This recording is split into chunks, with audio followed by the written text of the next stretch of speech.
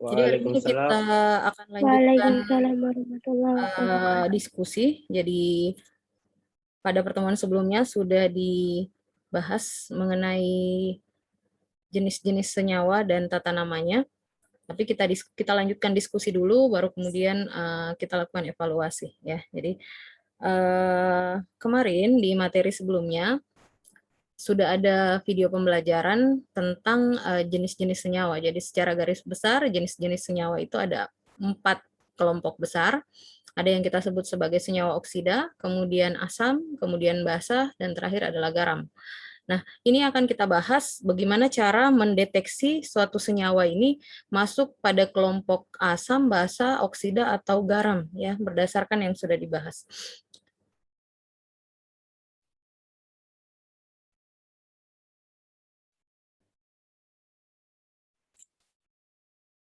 Oke, jadi saya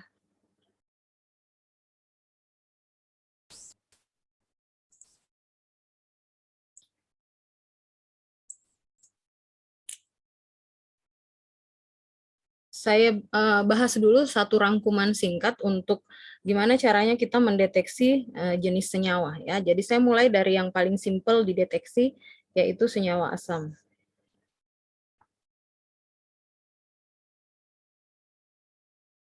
Nah, senyawa asam ini adalah senyawa yang mengandung ion hidrogen sebagai satu-satunya ion positif. Nah, dari definisi bisa kita simpulkan bahwa senyawa asam pasti mengandung unsur hidrogen. Nah, karena hidrogennya ini bermuatan positif, H+ gitu ya, maka kalau berdasarkan aturan penulisan senyawa anorganik, dalam rumus kimia, hidrogen ini pasti akan dituliskan lebih dulu.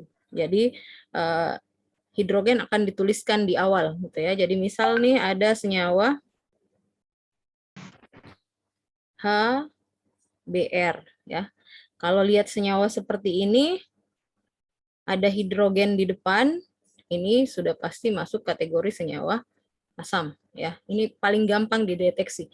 Kalau ada senyawa ada hidrogennya di depan, ini masuk kategori senyawa asam. Lalu kelompok kedua ini kita sebut senyawa basa. Tanpa H di belakangnya ya, jadi basah, bukan basah. Bukan basah yang lawannya kering, jadi tanpa H di belakang, basah. Senyawa basa ini adalah senyawa yang mengandung ion OH atau ion hidroksida sebagai satu-satunya ion negatif. Jadi ciri-ciri dari senyawa basa adalah adanya OH dalam struktur senyawanya. OH ini tadi bermuatan -1.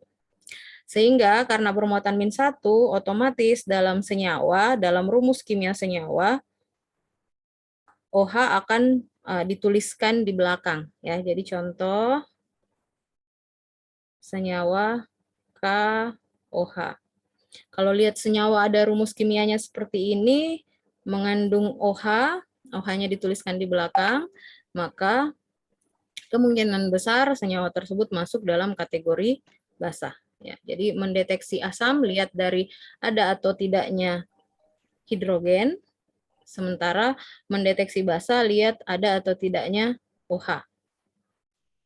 Kemudian kelompok ketiga ini yang kita sebut sebagai senyawa oksida. Nah, oksida ini merupakan gabungan suatu unsur dengan oksigen, di mana oksigennya bermuatan -2 ya. Berarti dalam senyawa oksida ini harus ada oksigen. Jadi kalau kalian dapati senyawa ada oksigen di dalamnya, diperhatikan dulu baik-baik, kemungkinan adalah masuk kategori senyawa oksida. Tetapi syarat oksida ini bukan hanya sekedar lihat ada oksigennya atau tidak. Kenapa? Karena kalian perhatikan senyawa basa ini ada oksigen. Tapi dia bukan oksida, dia adalah senyawa basa. Nah, syarat dikatakan suatu senyawa itu adalah senyawa oksida, selain dia mengandung oksigen, juga syarat keduanya adalah hanya terdiri atas 2 jenis unsur, yang salah satunya adalah oksigen. Berarti kalau ketemu senyawa, terdiri dari 2 unsur dan salah satunya adalah oksigen, maka kemungkinan besar senyawa itu adalah oksida. Kenapa saya bilang kemungkinan besar? Karena ada yang bukan oksida ya, tapi hanya satu senyawa, yaitu H2O.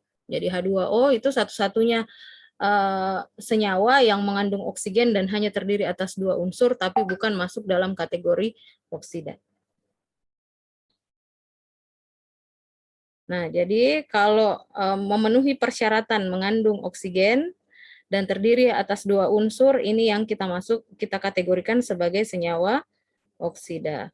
Contohnya misalkan K2O. K2O ini kalau diperhatikan dari rumusnya, ada oksigennya dan terdiri atas 2 unsur, yaitu oksigen dan kalium. Maka ini masuk dalam kategori oksida. Nah, oksida lagi terbagi atas 3. Ada yang disebut oksida logam, oksida non-logam, dan oksida amfoter. Nanti penjelasannya akan saya jelaskan lebih lanjut, membedakan 3 jenis oksida ini. Yang penting paham dulu 4 garis besar senyawa. Asam, basa, oksida, dan yang terakhir adalah garam.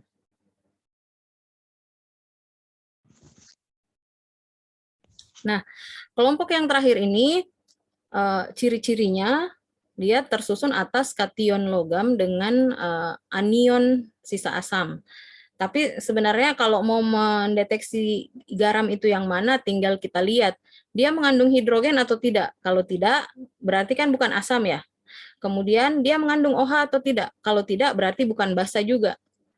Kemudian cek lagi apakah dia terdiri atas 2 unsur yang salah satunya oksigen. Kalau tidak terpenuhi, maka sudah pasti dia garam. Ya, jadi kalau kalian dapati rumus kimia senyawa, ciri-ciri asam tidak ada pada senyawa tersebut, ciri-ciri basa juga tidak ada pada senyawa tersebut, ciri-ciri oksida juga tidak, maka berarti dia masuk di kelompok yang terakhir, yaitu senyawa garam. Sampai di sini ada yang mau ditanyakan?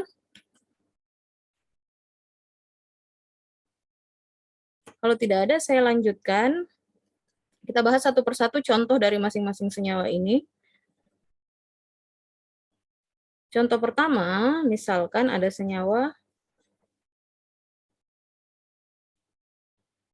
P2O5. Nah, P2O5 ini berdasarkan penjelasan saya tadi, kira-kira masuk kelompok senyawa apa? Oksida. Oksida. Muhammad Bija bilang oksida. Kenapa disebut oksida? Karena cuma mempunyai 2 senyawa, Bu, atau 2 unsur. Hanya terdiri atas 2 unsur yang salah satunya adalah oksigen ya. Jadi ini sudah bisa kita deteksi termasuk senyawa oksida. Selanjutnya kita akan beri nama. Nah, untuk memberi nama senyawa oksida ini dengan tepat, kita harus tahu dulu oksida ini masuk kategori oksida logam atau oksida non-logam.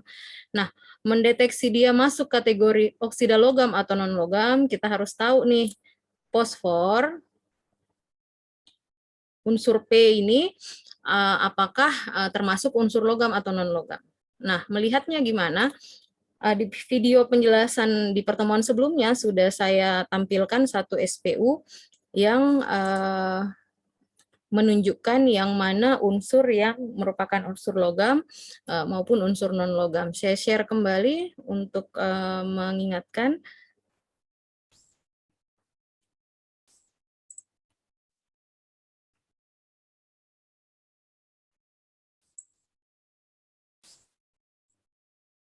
Oke, ini SPU yang saya tampilkan di video pembelajaran yang kemarin. Nah, oke, perhatikan SPU ini. Nah, kalau kalian lihat pada SPU ini ada garis batas yang seperti tangga. Ini, kalian jelas enggak ini tanda garis hitamnya? Jelas, Bu. Nah, garis hitam ini yang disebut sebagai batas metaloid. Ya. Unsur-unsur yang terletak di sebelah kiri batas metaloid ini masuk kategori unsur non-logam yang berwarna kuning ini. Ya, yang sebelah kiri. Sementara unsur yang di sebelah kanan yang berwarna biru ini masuk kategori unsur logam kecuali hidrogen ya. Jadi satu-satunya unsur yang terletak di sebelah kiri batas metaloid yang bukan logam itu adalah hidrogen.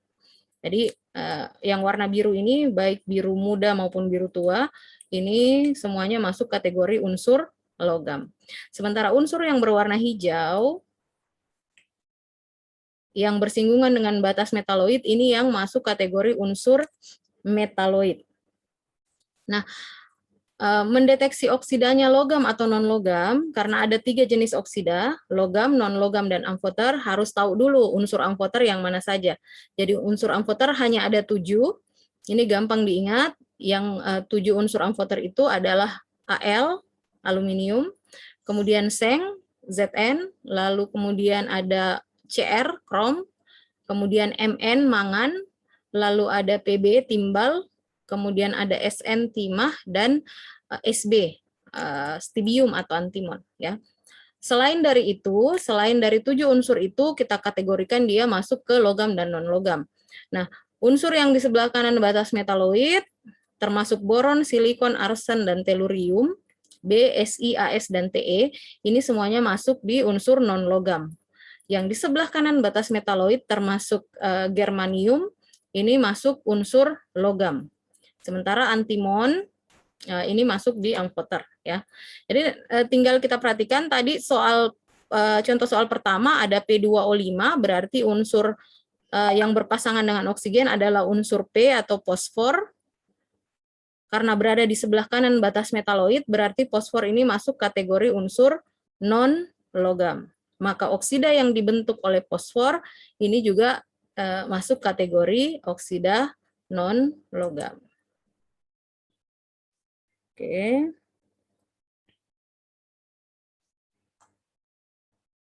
Berarti kembali ke contoh soal yang tadi. P2O5 ini masuk kategori oksida non-logam.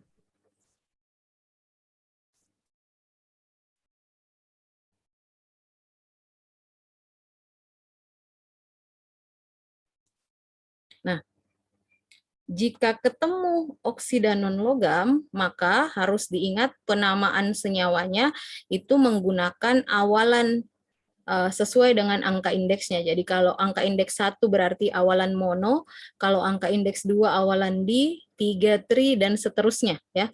Jadi ada di modulnya bisa dilihat awalan-awalan tersebut. Maka saat kita akan memberi nama senyawa ini, kita harus perhatikan angka indeks dulu. Angka indeks fosfor adalah angka indeks 2, sementara angka indeks oksigennya 5.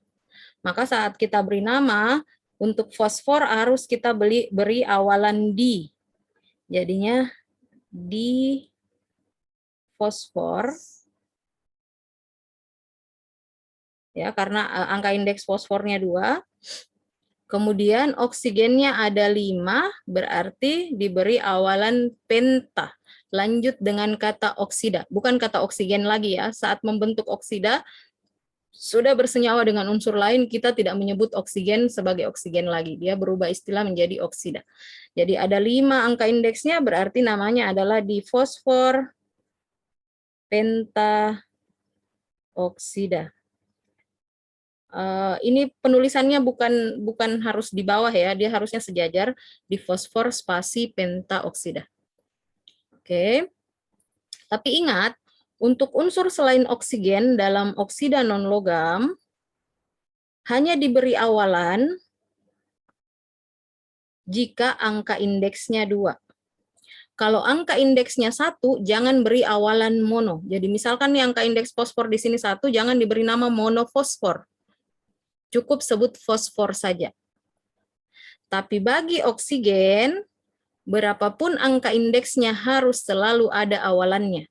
Angka indeks 1 monoksida, kalau angka indeks oksigennya 2 dioksida, kalau 3 trioksida, dan seterusnya. Jadi saya kasih satu contoh yang tidak perlu awalan di untuk unsur selain oksigennya. Misalkan NO2. NO2 ini angka indeks nitrogennya 1 ya. Tidak ada angka di depannya berarti angka indeks 1 ya. Sementara angka indeks oksigennya 2. Maka untuk memberi nama senyawa NO2 ini kita menyebut nama nitrogennya langsung tanpa menuliskan mononitrogen. Langsung sebut saja nitrogen. Untuk oksigennya angka indeks 2 harus ada awalannya di oksida. Jadi namanya nitrogen dioksida. Ya. Jadi untuk unsur selain oksigen dalam senyawa oksida, kita gunakan awalan hanya jika angka indeksnya 2, beri awalan di. Kalau angka indeksnya 1, tidak perlu pakai awalan. Sebaliknya, untuk oksigen, berapapun angka indeksnya, angka indeks ini yang angka yang dituliskan di depannya ya, berapapun angka indeksnya harus selalu menggunakan awalan sesuai dengan jumlah angka indeksnya. Sampai di sini paham untuk oksida non-logam?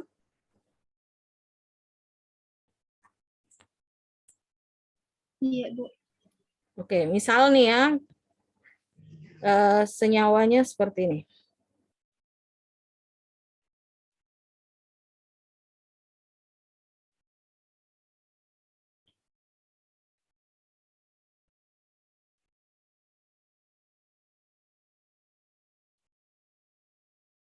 Ini Cl ya, Cl 2O3. Kira-kira kalau senyawanya seperti ini, Cl ini unsur non-logam, jadi dia oksida non-logam. Kalau kita beri nama, namanya jadi apa?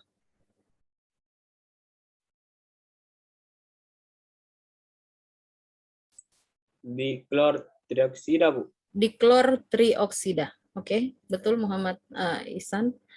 Jadi memberi namanya diklor trioksida. Oke, kita lanjut ke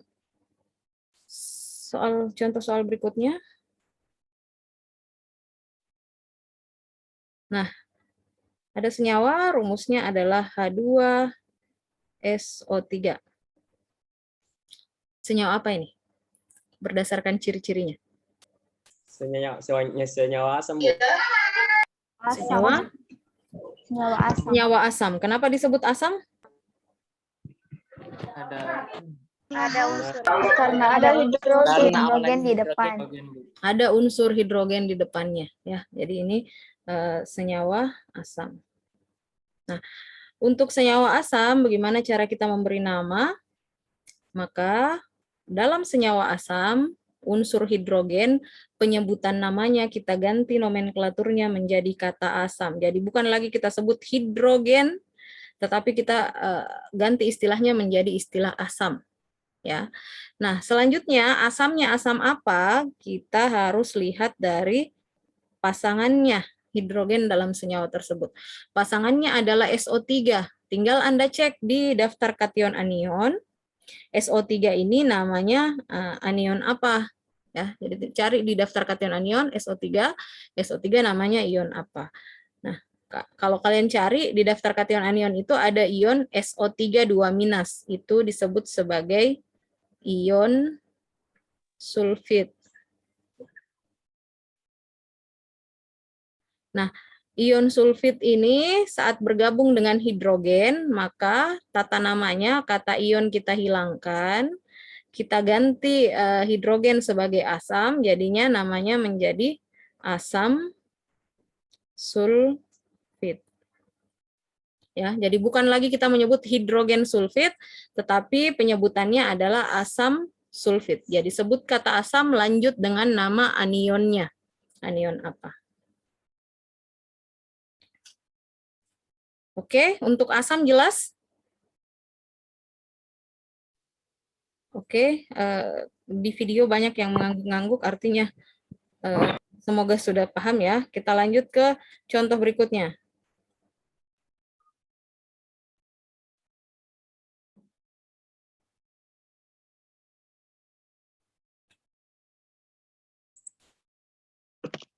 Gina Soraya. K2O kira-kira masuk kategori senyawa apa, Gina?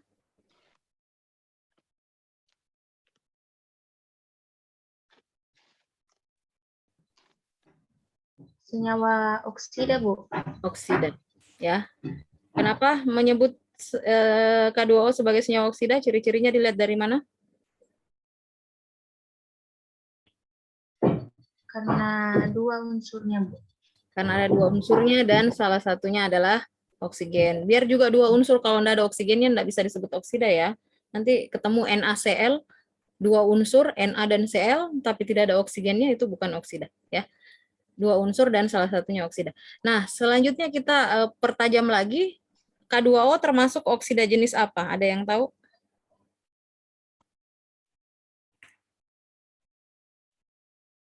Tinggal cek di SPU, kalium posisinya di kiri atau kanan batas metaloid. Oksida logam. Oksida logam, ya, karena kalium posisinya sangat di kiri, paling kiri di SPU. Jelas dia adalah unsur logam, maka oksida yang terbentuk adalah oksida logam. Nah, kalau oksidanya logam, maka tidak boleh atau haram hukumnya kalian memberi nama dia menggunakan awalan monoditri. Jangan sampai karena terlalu menghayati awalan monoditri ini lalu kemudian diberi nama dikalium monoksida. Tidak boleh, ya.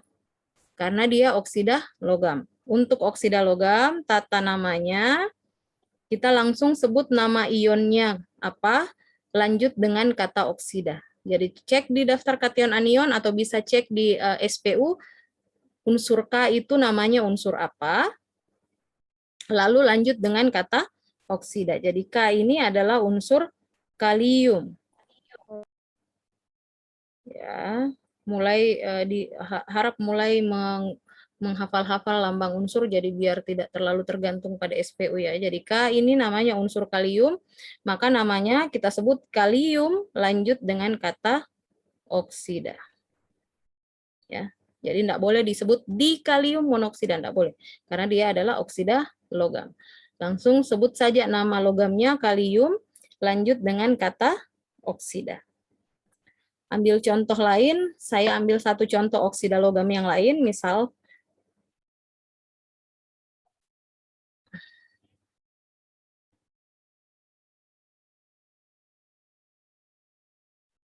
unsur Cu, ini namanya unsur tembaga. Jadi kalau kalian periksa di daftar kation anion, Cu itu ada dua jenis, ada tembaga 1, ada tembaga 2. Nah, pada saat akan kita beri nama, ini masuk kategori tembaga yang 1 atau tembaga yang 2, kita tinggal lihat angka indeksnya ya.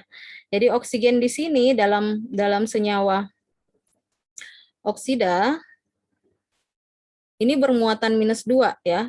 Maka angka indeks 2 ini pasti merupakan muatannya oksigen. Berarti oksigen di sini -2 ya. Maka muatannya Cu, lihat angka di depan oksigennya. Angka berapa kira-kira di depan oksigen? Kalau tidak tertulis angka apa? Angka 1. Jadi kalau ada angka indeks tidak kelihatan berarti di angka 1. Maka Cu di sini pasti adalah Cu plus 1. Maka berarti Cu dalam Cu2O adalah ion tembaga 1. Maka nama senyawanya menjadi tembaga 1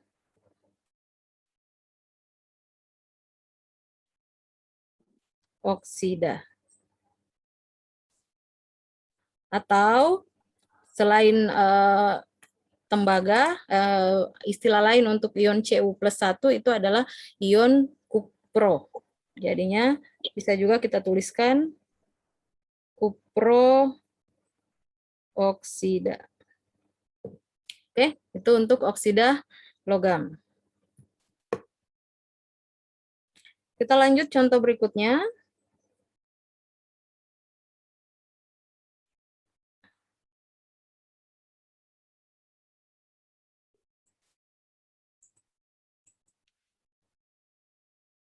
Muhammad Radik ada?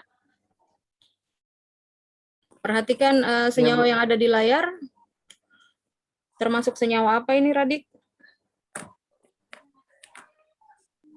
Basa, Bu. Senyawa basa. Kenapa disebut basa? Ciri-cirinya lihat dari apanya? Dari unsur OH-nya, Bu. Ada ion OH ya. Ion OH. Jadi ada ion OH-nya, berarti FeOH3 kali ini masuk senyawa basa. Nah, untuk memberi nama senyawa basa, ciri-ciri dari namanya itu bisa kita lihat dari kata hidroksida, karena bergabungnya dengan OH-. OH- ini adalah ion hidroksida, maka namanya berarti kita sebut nama logamnya lanjut dengan kata hidroksida. Nah, kebetulan logamnya adalah logam Fe. Fe kalau di daftar kation anion ada 2 jenis, sama seperti Cu tadi. Jadi ada Fe plus 2, ada Fe plus 3. Yang plus 2 namanya ion ferro atau besi 2, yang plus 3 namanya ion feri atau besi 3 ya. Nah, untuk tahu ini Fe berapa sama tadi prinsipnya. Angka indeks di depan Fe ini pasti muatannya OH, min 1, berarti muatannya Fe pasti ini yang ada di depan OH. Berarti Fe di sini, ini adalah Fe plus 3. Ya, jadi namanya tinggal kita sebutkan, berarti besi 3 hidroksida,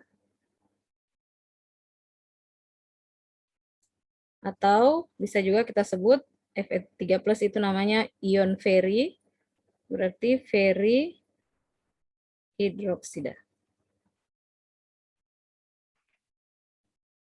Oke. Untuk bahasa selesai. Ada yang mau ditanyakan sampai di sini?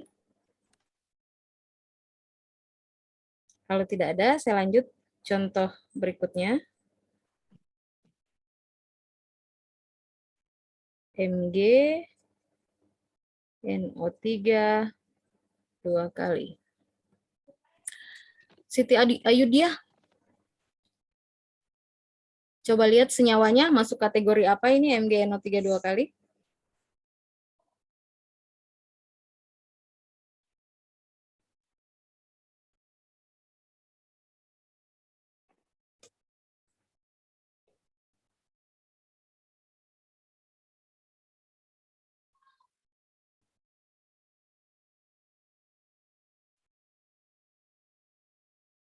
Bisa Ayudia? Senyawa oksida, Bu. Atau bukan? Salah. Kenapa disebut senyawa oksida?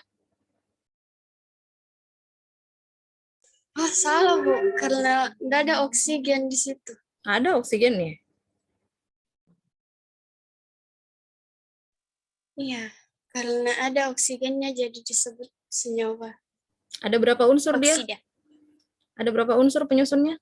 Ada 3 unsur, Bu. 3 unsur. Memenuhi kategori untuk disebut oksida kah kalau dia 3 unsur? Tidak. Tidak. Berarti bukan oksida ya, karena terdiri atas 3 unsur. Nah, asam atau bukan ini? Bukan. Bukan, ya, bukan asam karena tidak ada H-nya, tidak ada H plusnya Tidak di depan. ada hidrogen. Basa atau Tidak bukan? ada hidrogen.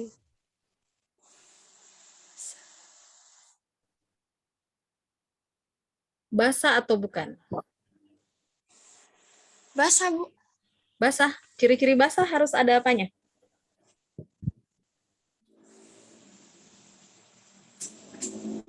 OH? Harus ada OH. Ada OH enggak? Kelihatan. Nggak ada, Bu. Berarti bukan basa ya. Oksida bukan, basa bukan, asam bukan, berarti apa dong? Logam. Eis. Kalau logam itu kan unsur. Apa hari ini? Garam, Ibu. Garam. Ya, bukan asam, bukan basa, bukan oksida ya, berarti pilihan terakhir. Garam. Yang terakhir. Oke ya. Nah, kalau garam, kita sudah simpulkan dia garam, memberi namanya seperti apa? Ini memberi namanya sama seperti penjelasan saya pada saat kita diskusi tentang rumus kimia di Zoom meeting sebelumnya. Kita tinggal cek Mg namanya apa, NO3 namanya apa di daftar kation anion. Lalu kita beri nama. Jadi Mg itu namanya ion magnesium, NO3 itu namanya ion nitrat, maka namanya menjadi magnesium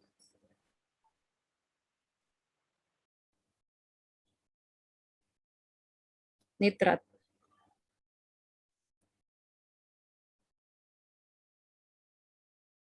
Ya, dan namanya magnesium nitrat. Oke? Sampai sini ada yang mau ditanyakan? Tidak, Bu. Kalau tidak ada, satu contoh soal terakhir. Oke, siapa yang bisa nih? Senyawa apa yang saya tuliskan ini? Senyawa MnO2. Senyawa jenis apa? Senyawa oksida. Senyawa oksida amfoter, betul sekali. Karena unsur yang berikatan dengan oksigen adalah Mn. Mn masuk kategori senyawa unsur amfoter ya. Nah, kalau oksida amfoter tata namanya seperti apa? Tata namanya mengikuti oksida logam.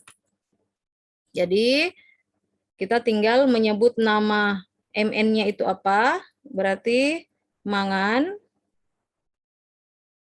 Nah, mangan ini karena muatannya ada banyak, harus diperhatikan baik-baik, jangan sampai salah. Mangan berapa yang ada di sini, muatannya berapa, kita harus analisis dulu. Oksigen itu dalam oksida -2, karena ada 2 oksigennya berarti -2 kali 2, hasilnya sama dengan -4. Supaya totalnya 0, muatan positif harus berapa kira-kira? Kalau muatan negatifnya -4, berarti muatan positifnya plus 4, Bu. 4. Plus 4. Di Mn-nya di sini plus 4. Ya, maka namanya menjadi mangan 4 oksida. Oke.